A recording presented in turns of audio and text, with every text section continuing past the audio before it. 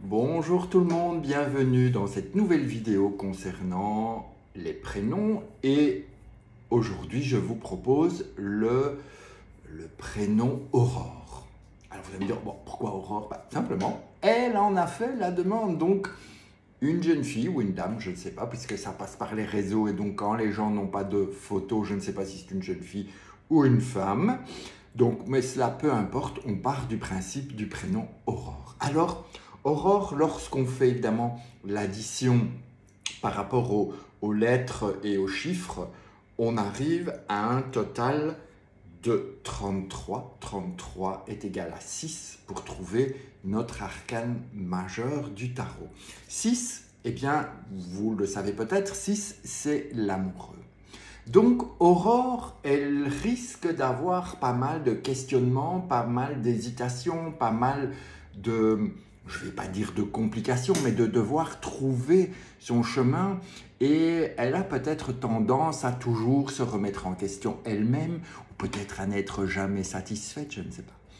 Mais en tout cas, à un moment donné, on va lui demander de choisir et on va lui demander de s'engager. Donc, Aurore, la destination finale, j'ose dire, c'est l'engagement, que ce soit dans l'amour, que ce soit dans le travail, que ce soit dans l'amitié, dans tous les domaines confondus. En tout cas, Aurore va emmener notre personne à rechercher ce chemin de l'amour en se posant peut-être beaucoup de questions, mais qu'est-ce que vous voulez, c'est comme ça.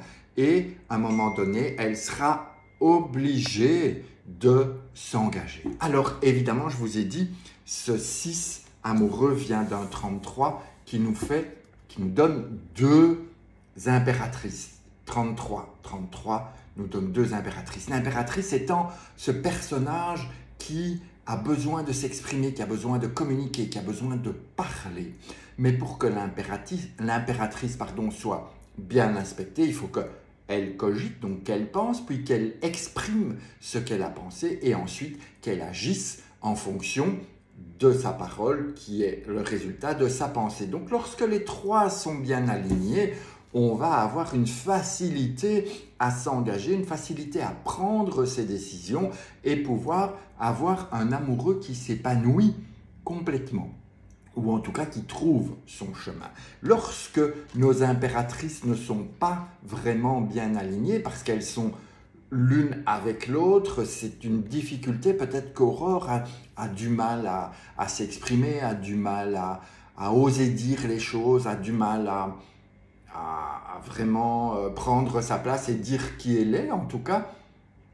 Ou tout au contraire, peut-être qu'Aurore a complètement géré ça et complètement dépassé ça. Donc, on est OK avec ça. Mais si le principe que c'est compliqué, ceci est compliqué, c'est que là, il y a encore une petite rivalité entre ces deux impératrices qui ne demandent qu'une chose, c'est à s'épanouir et à être heureux ensemble. Donc, on a déjà ce programme-là qui nous donne pas mal de choses à faire. Mais bien sûr, on continue avec ce prénom Aurore qui commence avec le A, évidemment, qui lui est avec un battleur. Donc on a toute cette possibilité de démarrer de nouvelles choses, cette envie d'avancer, de créer, cet état d'esprit de la jeunesse, de un peu cette joie de vivre aussi. Un battleur, il a envie de faire des choses, allez, on y va, on avance, on a tout ce qu'il faut, on est parti et ça roule. Ensuite, on a évidemment une impératrice qui vient dire un petit peu, là mon gaillard, où tu vas toi? Moi j'ai besoin d'être bien stable, d'avoir quelque chose qui me rassure, qui me conforte, sur lequel je peux m'appuyer. Et ces deux-là ensemble, une fois qu'ils sont en accord, eh bien on a un empereur qui lui évidemment a cette structure, cette rigueur et qui fait que eh bien, notre amie Aurore peut déjà commencer à se structurer, à s'organiser grâce à ces deux petits personnages que vous voyez qui sont assez bien différents les uns des autres. Ensuite, on continue avec un ermite. Alors, l'ermite, eh bien, c'est un peu comme si cet ermite invitait le battleur et l'impératrice à cheminer, à avancer, à chercher à l'intérieur de soi, évidemment, pour aller éclairer un petit peu les autres. Donc, on a ce cheminement intérieur qui va vers l'extérieur pour apporter un équilibre dans tout ça. Et lorsqu'on a celui-là, donc le battleur avec notre impératrice qui nous donne un empereur, si je mets mon empereur avec mon ermite, on a ce qu'on appelle cette solitude de l'empereur. Et cette solitude de l'empereur, qu'est-ce qu'elle demande à Aurore? De créer son univers pour pouvoir avancer, pour pouvoir, pas survivre, mais pour pouvoir s'épanouir. Donc, une fois qu'on a ça, on a Aurore qui continue à avancer. Et qu'est-ce qu'on trouve? On trouve cet amoureux qui est là, ce questionnement, cette remise en question.